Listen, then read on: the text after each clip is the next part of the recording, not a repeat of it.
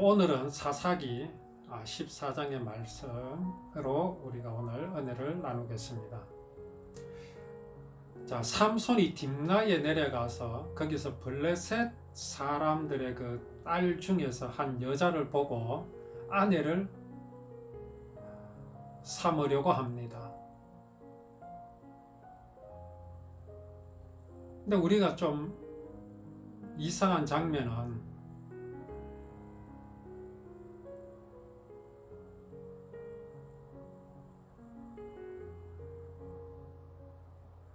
삼손이 여호와 하나님의 신으로 감동이 되었다고 13장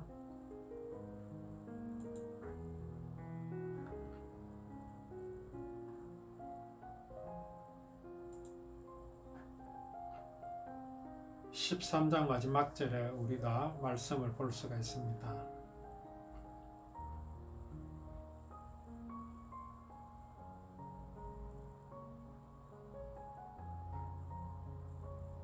자, 삼손이 여호와의 신으로 감동이 되었다라는 것은 무엇이며 그것으로 인하여서 나타나는 현상이 무엇이겠습니까? 하나님의 신은 삼손에게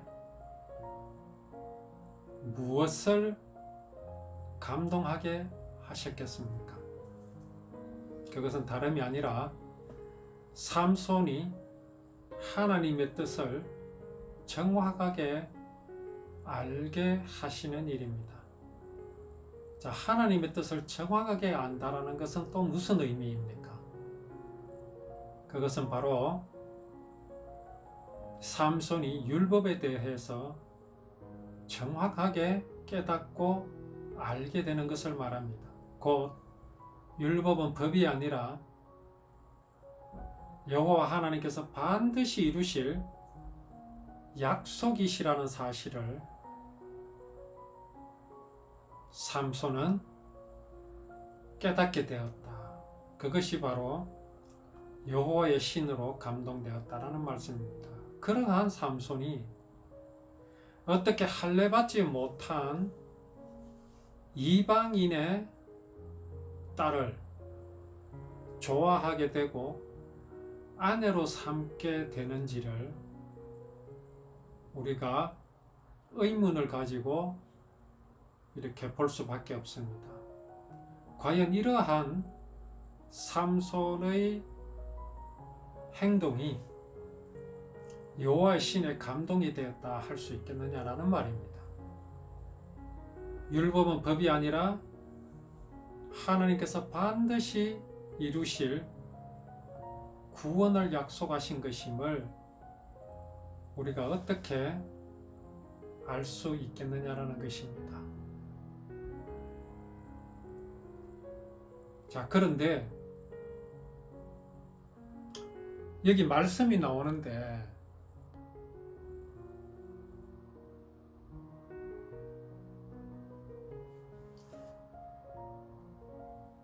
후에 이제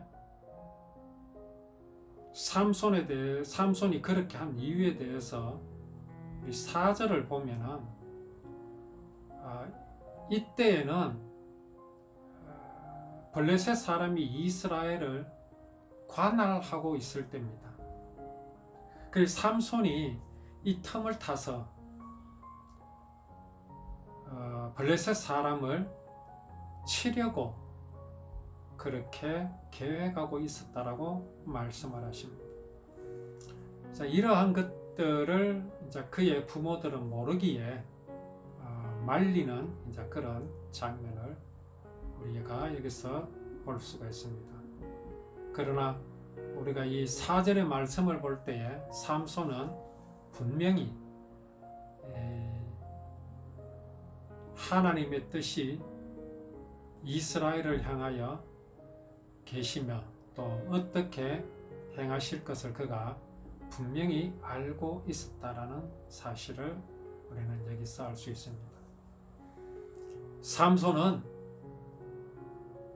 지금 이스라엘을 점령하고 또 그렇게 관할하고 있는 블레셋을 능히 칠 수 있고, 하나님은 그 블레셋의 손에서 이스라엘을 구원하여 주실 것을 그렇게 믿고 있었습니다.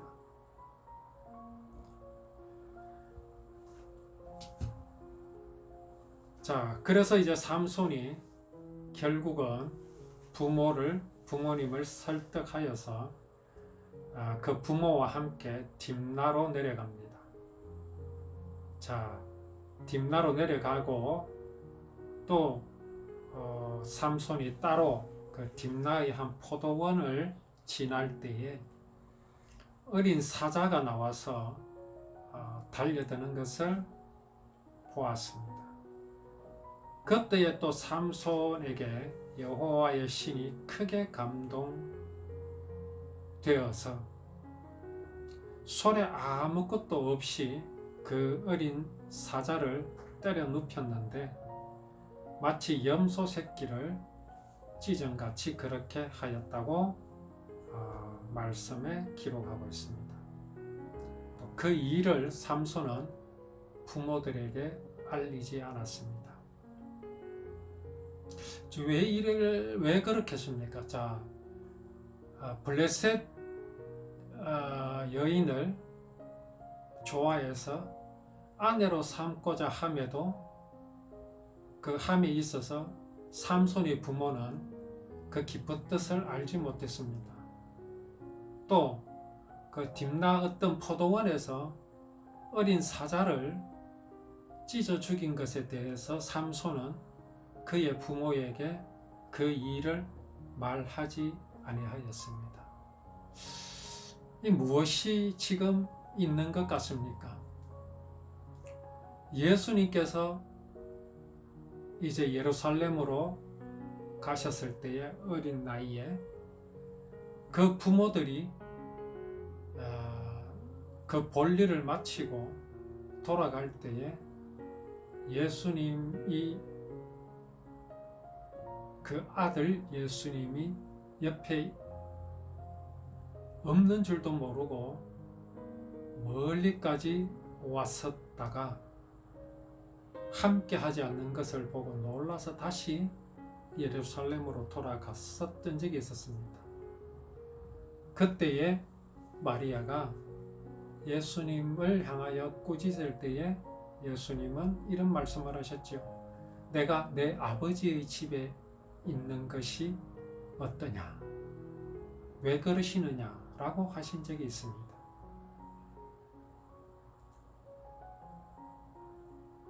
예수님의 부모가 예수님을 낳았지만은 예수님과 하나님 사이에 서로 오고 가는 그 뭐라고 할까요? 하나님의 계획을 그 부모들이 다 알지 못했습니다. 여기 삼손도 마찬가지입니다. 그 부모들이 삼손을 낳았지만 삼손에게 감동하시는 하나님의 그 감동하심을 그 부모들은 잘 알지 못했고 또 삼손이 알려주지도 않았습니다. 왜 이런 일이 있을까요? 여기에서 우리가 중요한 의미를 본다면 이스라엘을 구원하는 것에 있어서 하나님께서는 삼손이라는 이제 사사를 세우시고 그를 통하여 일하시기를 원하십니다. 여기에 어떤 간섭도 있어서는 안 됩니다. 삼손이 사사가 되어서 이스라엘을 블레셋의 손에서 구함에 있어서 그의 부모의 역할이 있어서는 안 됩니다. 오로지 하나님께서 행하시는 일이어야만 하기 때문에 그렇습니다. 부모가 그 모든 것들을 알게 되면 또 육신의 부모라는 것 때문에 사람의 생각이 이런 간섭 저런 간섭을 할 수 있게 되겠죠. 그 일을 하나님께서는 허락하지 않으신다라는 것입니다. 이것은 오늘을 살아가는 우리들 삶에 있어서도 마찬가지여야 합니다. 우리는 우리의 본성, 사람의 생각, 사람의 그 익숙한 마음 때문에, 그 익숙한 마음이 뭡니까?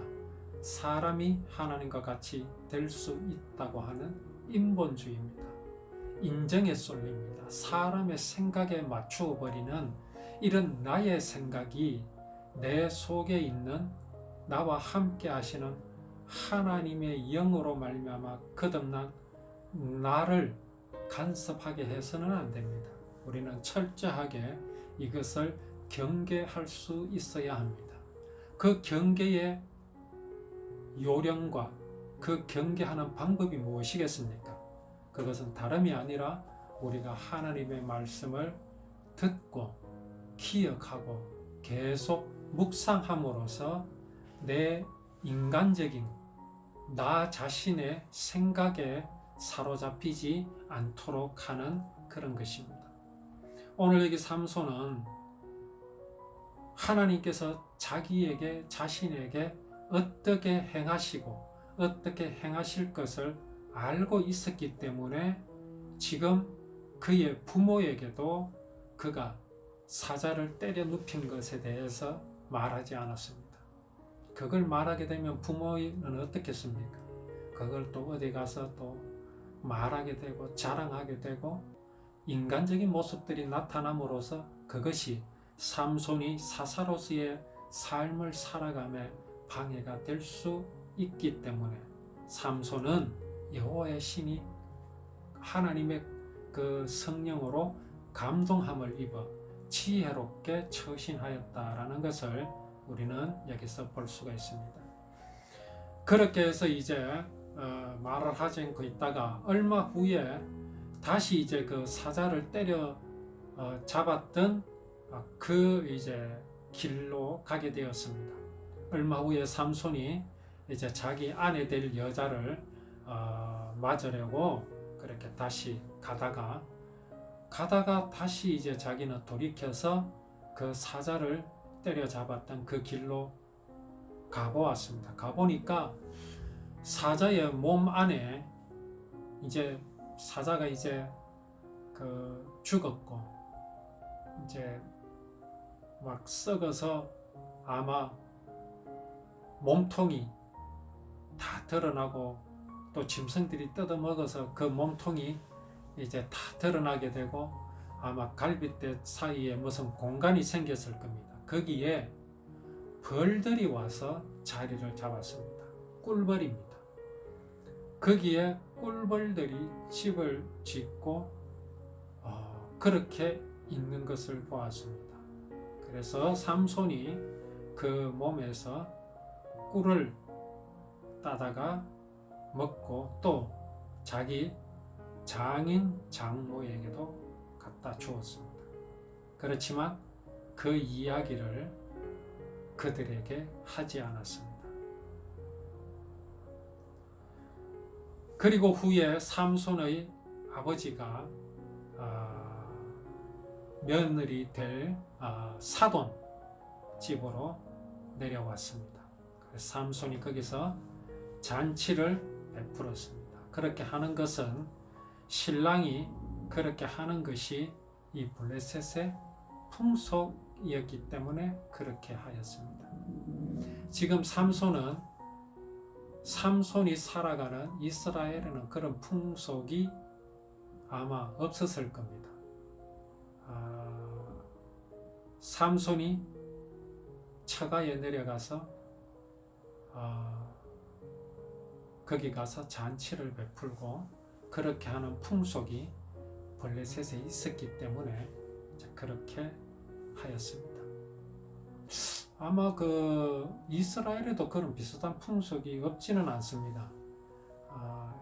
신랑을 맞이하는 신부 이야기를 보면 신랑이 신부 집으로 찾아가는 그런 장면이 있습니다.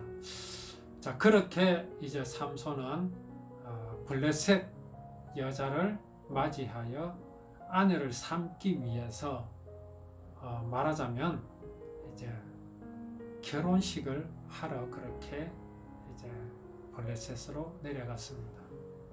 자, 이런 모든 장면들은 삼손이 하나님께로부터 그 성령의 충만함을 받아서 지금 행하고 있는 것이기 때문에 어떤 일이 벌어질지는 알 수가 없습니다.